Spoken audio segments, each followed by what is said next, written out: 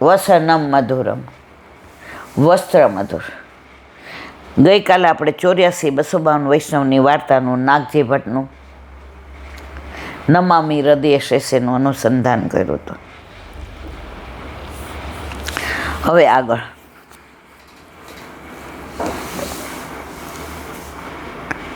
બીજો ભાવ નાગ તામસ છે, તેમજ નાગજી ભટ્ટ પણ તામસ ભક્ત છે. તામસ પ્રકૃતિના ભક્તને શ્રી ઠાકોરજીના પ્રગટ દેખાતા સ્વરૂપમાં આસક્તિ ખૂબ હોય. એને સ્વરૂપમાં હોય એટલે હાલતું ચાલતું બોલતું રમતું. હવે શ્રીજી બાવા તો અચળ છે. તો એકવાર નાગજી ભટ્ટ મળવા આવ્યા, સન્મુખ થવા. તો બધા બીમાર હતા.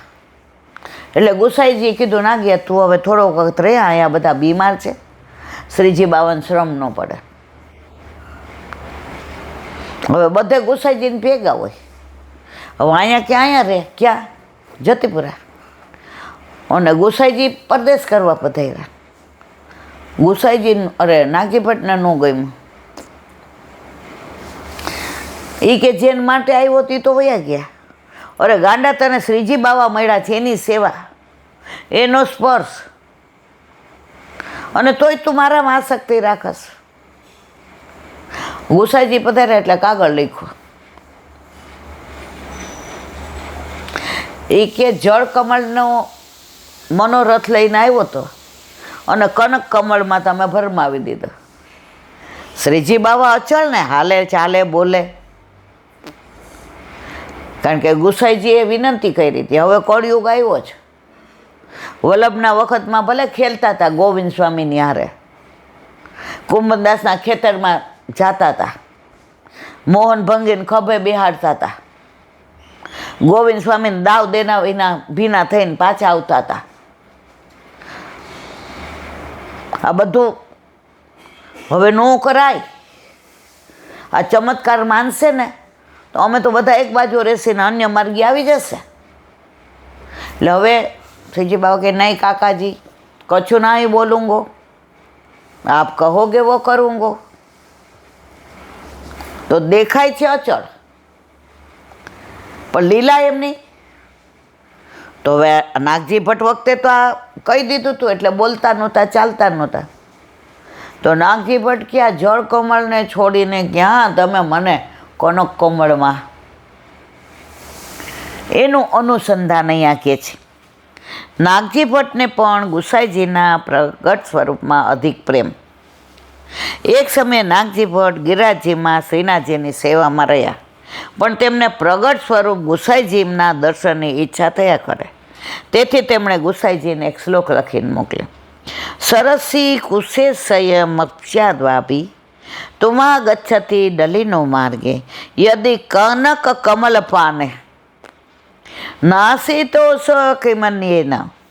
આ શ્લોકમાં નાગજી ભટ્ટે ગુસાઈજીને જળ કમળ કયા, શ્રીજી બાવાને સુવર્ણ કમળ કનક કમળ કયા. આ ઉપરથી ફલિત થાય છે કે નાગજી ભટ્ટને ગુસાઈજીના પ્રગટ સ્વરૂપમાં અધિક પ્રીતિ છે. સૌરાષ્ટ્રમાં પણ બધાને પ્રગટ સ્વરૂપમાં વધુ પ્રીતિ. હાલતા બોલતા રમતા ખાતા પીતા દરેકને પોતાનો ભાવ હોય. જેને જે ભાવમાં આનંદ આવે એ ભાવથી સેવા કરવી. સેવામાં જો ઘણા છે ને વાત્સલ્ય ભાવથી સેવા કરે, ઘણા માધુર્ય ભાવથી કરે.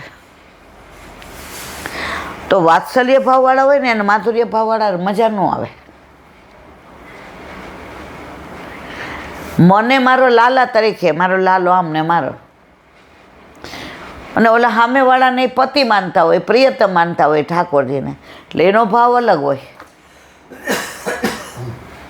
એટલે વાત્સલ્ય ભાવવાળાને વાત્સલ્ય ભાવવાળા મજા આવે, અને માધુર્ય ભાવવાળાને માધુર્ય ભાવવાળા મજા આવે.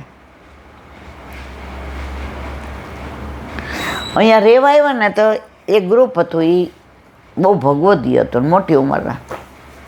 એટલે એ લોકો છે ને રાતના પ્રસાદ લઈને 8, 8:30, 9 સત્સંગ કરે અને 12, 12:30 સુધી કરે અને એટલા રહેતા હોય પછી હાલીને વયા જાય. મને આવા બધાનો સંગ થયો છે. મને ભગવદીઓએ સંવારી છે. મને વલ્લભ કોળે બહુ કૃપા કરી છે. એટલે એક દિવસ એ બેનને કાંઈક પોસ્ટનું કામ હશે તો આવ્યા તો કંઠી જોઈ એટલે બહાર બોલાવી વૈષ્ણવ. મેં તો મને કહે કોનું બ્રહ્મસબંધ? મેં તો અમે રાજકોટના છીએ એટલે મારે વલ્લભલાલજી મહારાજનું. ત્યારે તો ભૂતલ પર બિરાજતા હતા. તો 50 વર્ષ પહેલાંની વાત છે, 45 વર્ષ. મને કે ઠાકોરજી છે? મેં કીધું ના. મારો નાનો દીકરો 3 મહિનાનો છે, મોટો 4, 4.5 વર્ષ. મને તો આ દીકરા 6 દિવસના ને લઈ આવ ને એટલે હું તો સમજી જ નહીં. મેં ના બાપા જય શ્રી કૃષ્ણ, ઊંધું સમજીએ, લૌકિક હતી ને જીવ. મને કે ના.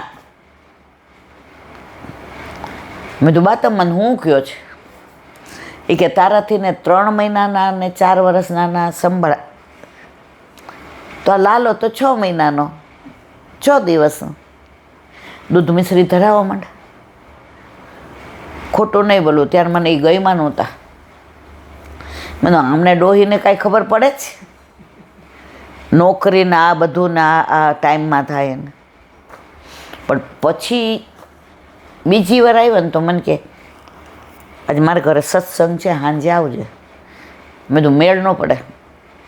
અને ત્યારે આપણી પાસે પૈસા નહોતા કામ કરાવીએ ને, કામે હાથે કરવાનું, રસોઈ કરવાનું, આ પિન્ટુને સ્કૂલે મૂકવા જવાનું, ઓલા નાનકાનું કરવાનું બધું.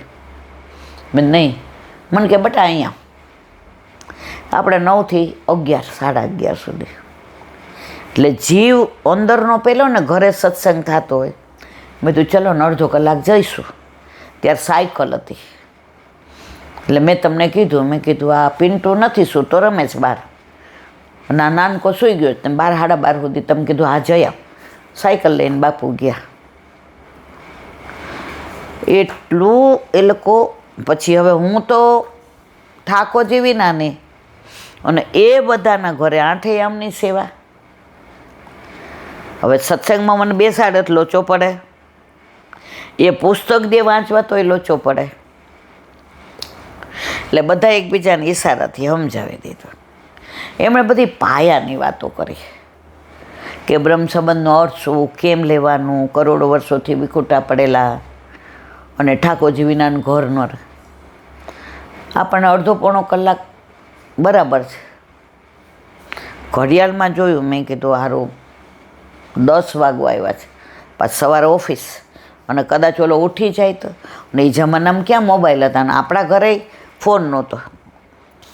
મેં કીધું હું જાઉં તરત આ પેઢી બધા હા જાતું તારે. કારણ કે એ જે બધા હતા ને એ બધા માધુર્ય ભાવવાળા હતા. એટલે એ લોકોનો જે સત્સંગ હોય એ મારી લાયકાત જો અધિકાર વિના ન મળે. પણ જેટલું મને મળ્યું ને, જે હું કાંઈ નહોતી જાણતી, હજી નથી જાણતી, એ ભગવદીઓએ મને સમાયેલી છે. તો અહીંયા નાગજી ભટ્ટને પ્રગટ સ્વરૂપમાં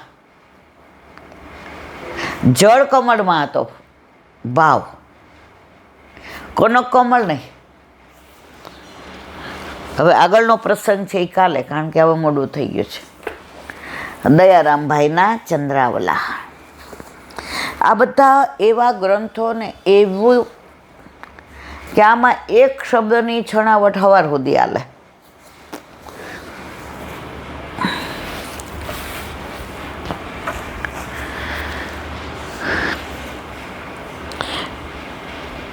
સાડતમું ચંદ્રાવલું, એનું અનુસંધાન.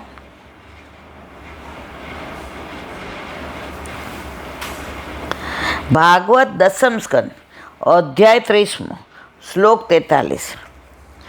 તન્મનસ્કા તદા લાપા સતદ્વેષ્ટા દાતાત્મિકા. ભાવાર્થ: આવેલા ગોપીઓના મન ભગવાનમાં જ લાગેલા હતા. તેઓ ભગવાન સંબંધી જ વાર્તાલાપ કરતા હતા.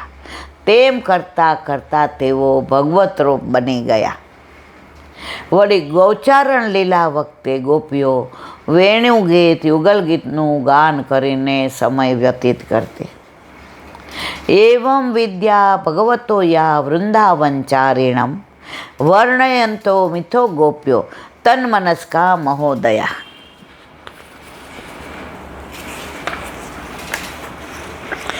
હે રાજા પરીક્ષિત, આવી રીતે ગોપીજનો વૃંદાવનચંદ કોણ? ઠાકોરજી. વૃંદાવનચંદની લીલાનું ગાન કરતા તન્મયતાને પ્રાપ્ત થયા. જો 4 અવસ્થા: પ્રેમ, આસક્તિ, વ્યસન અને તન્મય. છેલ્લી અવસ્થા તન્મય હતા. ત્યાંથી કોઈ પાછું વળી શકે જ નહીં. ગોપીઓના સ્નેહી નંદનંદન હતા, તે સિવાય અન્ય વાર્તા તેમને રૂચતી નહીં. ગોપીઓને ઠાકોરજી સિવાય બીજો શબ્દ કોઈ બોલે એ નહીં, અને પોતે તો બોલતા જ ન. ઠાકોરજીનો વિષય, ગોપીઓનો વિષય ઠાકોરજી, ગોપીઓનો વાર્તાલાપ ઠાકોરજી, ગોપીઓનું ચિત્ત ઠાકોરજીમાં, ગોપીઓનું મન મનમોહનમાં, ગોપીઓની ઇન્દ્રિયો ઠાકોરજીમય, એનું ધ્યેય ઠાકોરજી, એનો ગોલ ઠાકોરજી, એનું જીવન ઠાકોરજી. હસતા, રમતા, બોલતા, ખાતા, પીતા, કામ કરતા, રસોઈ કરતા, જળ ભરતા, ચૂલો સળગાવતા, બુહારી કરતા, મંદિર વસ્ત્ર કરતા, ખેતરે જાતા, એમનું ચિત્ત શેમાં? ઓલી ગોવાળણ પાણી ભરવા જાય, માથે બેડું હોય, કાખમાં છોકરું હોય, અને બાજુમાં બેનપણી હાલતી હોય. બેનપણી હારે વાતો કરતી હોય, છોકરાને રોવા ન દેવાનું હોય, બેડું એણે ખુલ્લું મૂક્યું હોય, હાથ ન હોય, એક હાથમાં છોકરું છે, અને ઘડી ઘડી તમે જો છોકરું કાખમાં હોય ને તમારે ઘડી ઘડી હરખું કરવું પડે, નહીં તો ઉતરી જાય. તો બીજા હાથથી ઘડી ઘડી છોકરાને સવારથી બેડું છોટું હતું. આ બધું કરવા છતાં એનું ચિત્ત શેમાં હતું? બેડામાં. એ પડતું નહોતું. તો આપણે બધા કામ કરીએ, બોલીએ, હસીએ, ખાઈએ, પીએ, પણ જો પ્રભુમાં ચિત્ત હોય ને તો આપણી ભક્તિ થઈ ગઈ. બ્રશ લઈને કરતાં કરતાં યાદ આવે ને કે મોઢું બરાબર સાફ કરવું, બ્રશમાં આળસ ન કરું, મારા પ્રભુનો વાસ ન આવે, તો બ્રશ કરો છો એ ભક્તિ થઈ ગઈ. તમે ધોયેલા ચોખ્ખા કપડાં લીધા કે મારા પ્રભુને વાસ ન આવવી જોઈએ, અને સ્નાન કરવા ગયા ને તમે કહો આ તો યમુના જળ છે, મારા પ્રભુ માટે સ્નાન કરું છું, અને વસ્ત્ર ધારણ કરીને સરસ વાળ ઓળ્યા, ચાંદલો કર્યો, સ્પ્રે કર્યું, મારા પ્રભુને મારા દેહની ગંધ ન આવવી જોઈએ, સુગંધ આવવી જોઈએ. આ ભક્તિ છે. તો અહીંયા કહે છે ગોપીજનોમાં તન્મયતા આવી ગઈ. ચોથી અવસ્થા: પ્રેમ, આસક્તિ, વ્યસન અને તન્મયતા. ગોપીઓના સ્નેહી નંદન હતા, તે સિવાય અન્ય વાર્તા એમને ગમતી નહીં. આવી રીતે વિયોગ થાય ત્યારે એ તપે, તન ત્યાંનું ત્યાં જ વળગ્યું રહે, મન વિયોગમાં, ચિત્તવૃત્તિ બીજી કોઈ જગ્યાએ જાય નહીં. વિયોગમાં છે ને મન એમાં ચોટેલું રહે. આપણા લગ્ન થાય ને 15 દીમાં લગ્ન કરીને વળ જાય, કહી જાય તાર કાગળિયા થઈ જશે, ચિંતા કરતી નહીં. હવે રહ્યા છીએ કેટલા દિવસ એની યાર? 15 દિવસ. પિયરમાં કેટલા વર્ષ રહ્યા? 23 વર્ષ. તો 15 દિવસ આપણો વર આપણી હારે રહીને અમેરિકા જાય, પછી પિયરમાં રહેતા હોય છતાંય પિયર યાદ આવે કે ઓલો 15 દિવસવાળો વર યાદ આવે? વર યાદ આવે. એની જ વાતો, એનો જ અનુસંધાન, એનો જ દેખાવ.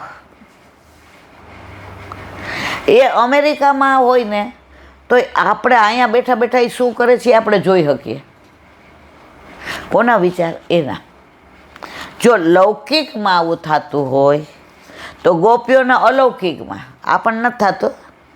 આપણે ઠાકોરજીને અનુસર કરીને પછી બસ જાય જ નહીં, ક્યાંક પકડી લઈએ ને પાછા બોલાવે કે આવને માં થોડી વાર મારી યાર વાતો કરવા. ના ભાઈ ના, હવે પૂરું. તમારો સમય તો 1.5 કલાકનો મારવાલા, પછી કાંઈ નહીં. તો ગોપીઓને તન્મયતા, તે પોતાના સ્નેહનું ધ્યાન અને ગાન કરીને એમાં જ તન્મયતા પ્રાપ્ત કરે. ઉપર બતાવેલા પ્રેમ, આસક્તિ અને વ્યસન ત્રણેય ગુણોના આમાં સમાવેશ થાય છે. માટે કવિ કહે છે, સેવો શ્રી કૃષ્ણ કૃપાળ. કાલે 37મું ચંદ્રાવલો. બોલો વલ્લભાધીશ.